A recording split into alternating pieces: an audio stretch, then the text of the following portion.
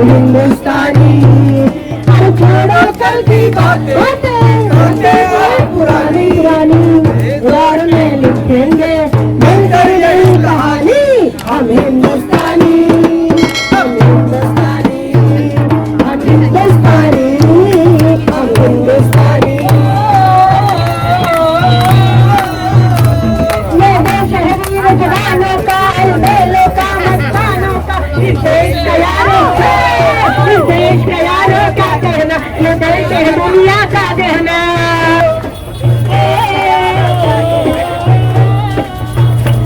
मेरा रंग दे, मेरा रंग दे बसंती चोला में, रंग दे मेरा रंग दे बसंती चोला में, रंग दे बसंती चोला में, रंग दे बसंती चोला।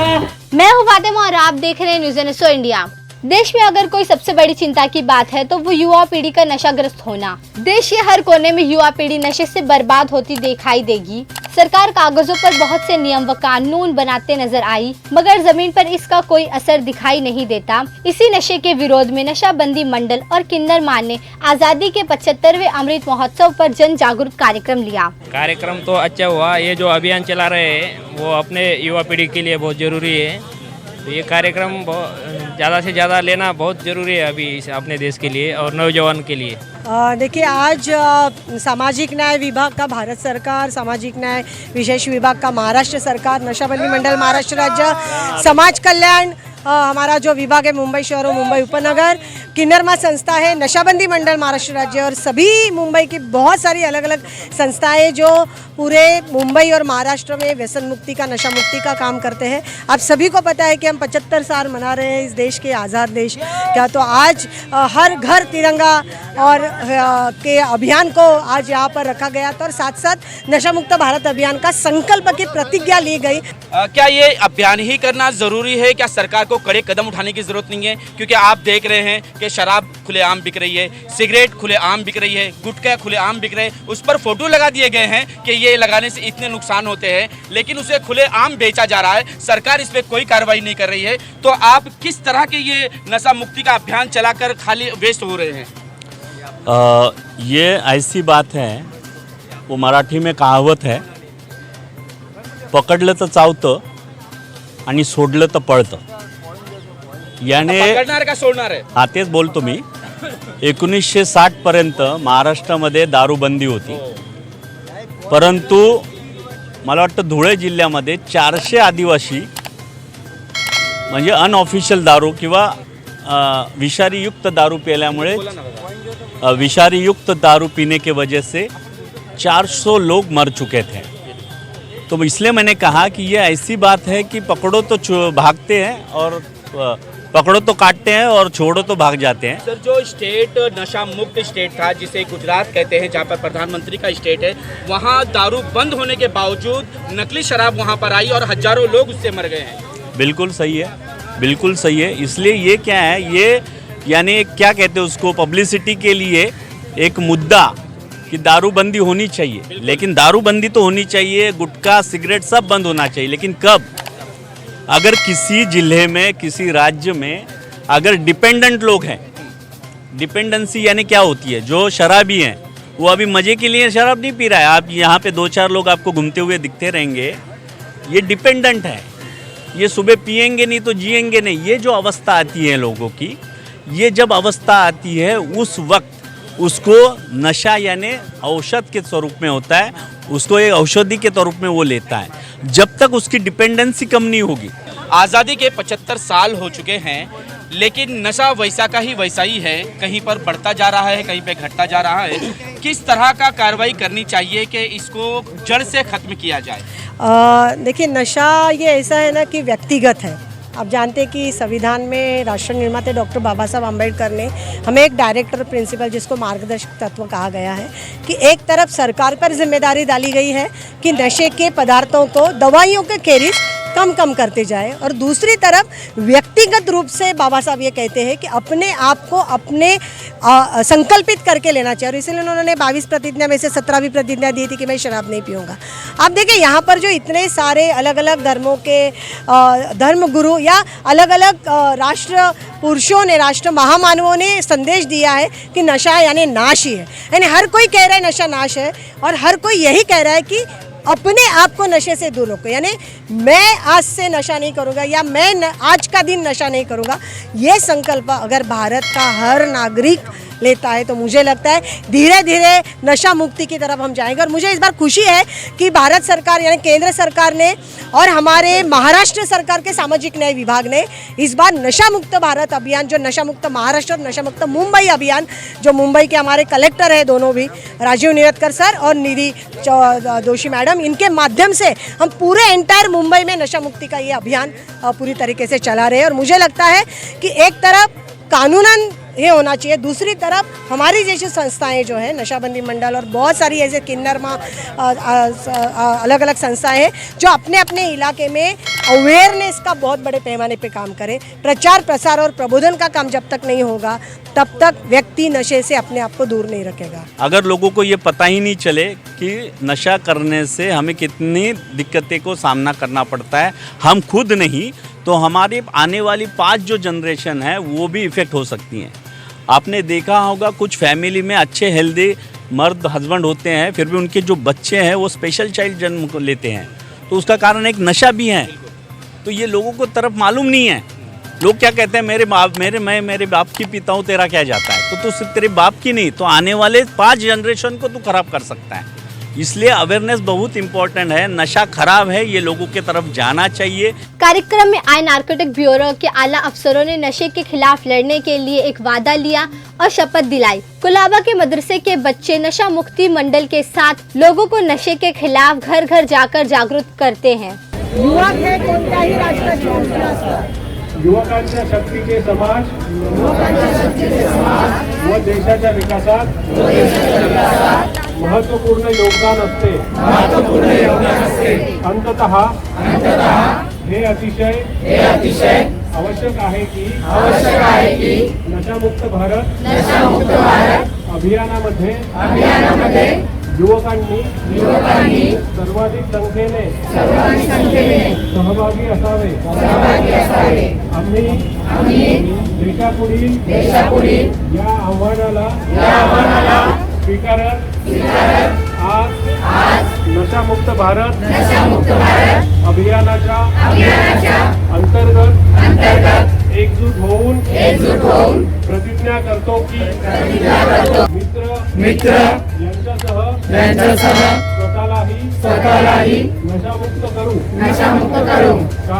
कारण प्रत्येक बदलाची सुरुवात ही स्वतःपासून होत असते।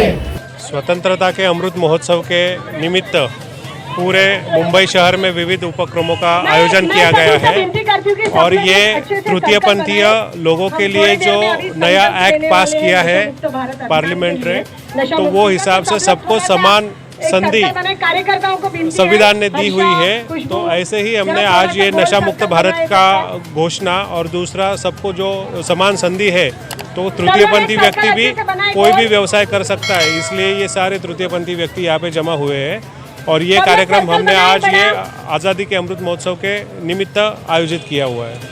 आज नशा मुक्ति के बारे में बताया गया है कि नशा मुक्ति हमें छोड़ना क्यों ज़रूरी है और इस भारत में हमें नशा मुक्ति, आजकल हमारे जो न्यू पीढ़ी है बहुत ज़्यादा इस लत के में पड़ गए हैं, इसके लिए इसके बारे में हमें यहाँ पे बताया गया है कि हमें इसकी शपथ ली गई है कि आज के बाद हम नशा नहीं करेंगे। जो हमारे यंगस्टर्स हैं वो काफ़ी इस चीज़ में इन्वॉल्व हो चुके हैं, इसलिए हमें इसके बारे में आज प्रोग्राम था।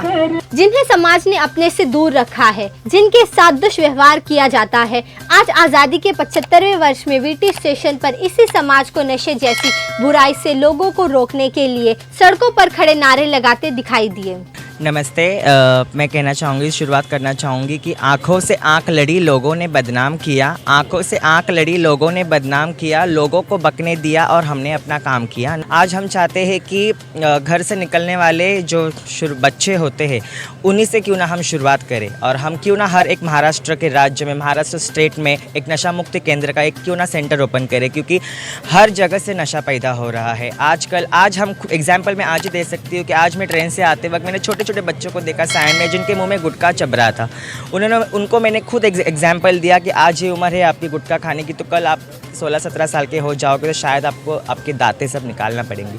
तो हम अपने घरों से ही क्यों ना शुरुआत करें, और हम हमारे राज्यों में ही, हमारे महाराष्ट्र स्टेट में क्यों ना एक केंद्र बनाया जाए नशा मुक्ति केंद्र के बारे में, ताकि आज जो हम नशा कर रहे हैं वो नशा को वही हम रोक सकते हैं आज। और हमें किन्नर बहनों को जो इस कार्यक्रम में आयोजित किया है, इसलिए हम तहे दिल से विद्या वर्षा मैडम का शुक्रिया अदा करना चाहेंगे और सलमा जी का शुक्रिया अदा करना चाहेंगे, क्योंकि आज सलमा जी की वजह से आज हम सारी किन्नर बहनें यहाँ पे तुम सबके साथ में साथ से साथ मिला के चल रहे। जय हिंद, जय महाराष्ट्र। सर, समाज इनको किस तरह से अपनाएगा, क्योंकि इनके जो हालात, जो हरकतें होती है, एक आम सामाजिक लोगों के बीच में जब ये जाते हैं तो उनको एक शर्म सी महसूस होती है कि कहीं ये अपने उसमें ना आ जाए जिस तरह से वो हरकतें करते हैं, तो क्या समाज इनको अपना पाएगा?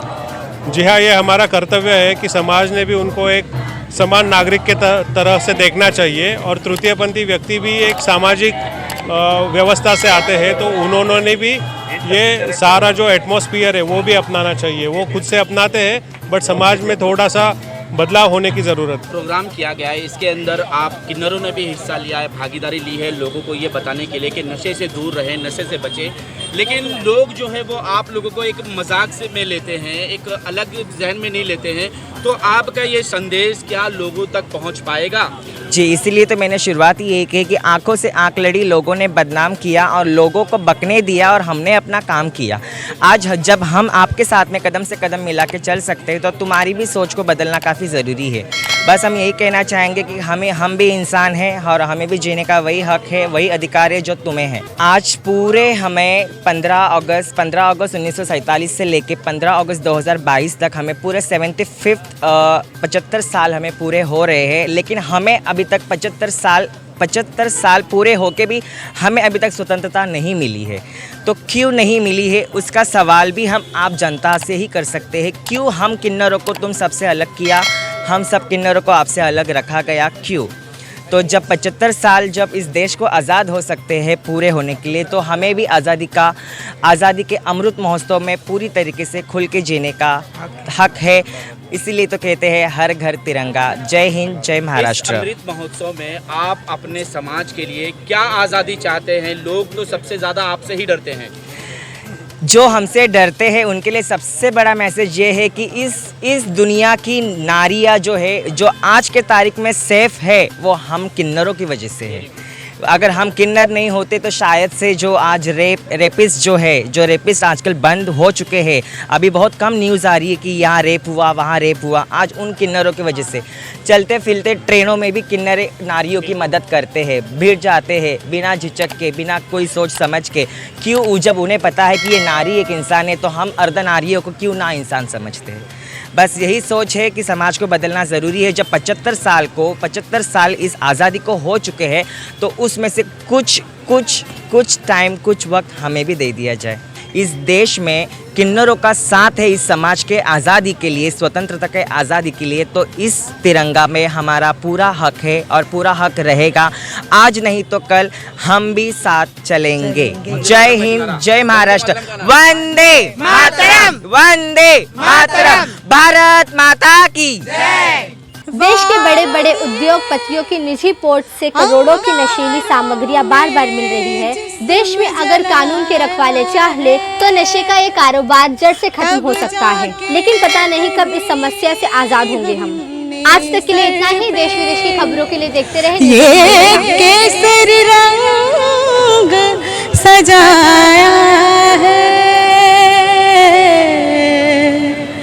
तेरी मिट्टी में मिल जावा गुल बन के मैं खिल जावा, इतनी सी है दिल की आरज़ू। तेरी नदियों में बह जावा, तेरे खेतों में लहरा लहरावा, इतनी सी है दिल की आरज़ू। तेरी खेतों में लहरावा, तेरे खेतों में लहरावा, इतनी सी है दिल की आरज़ू।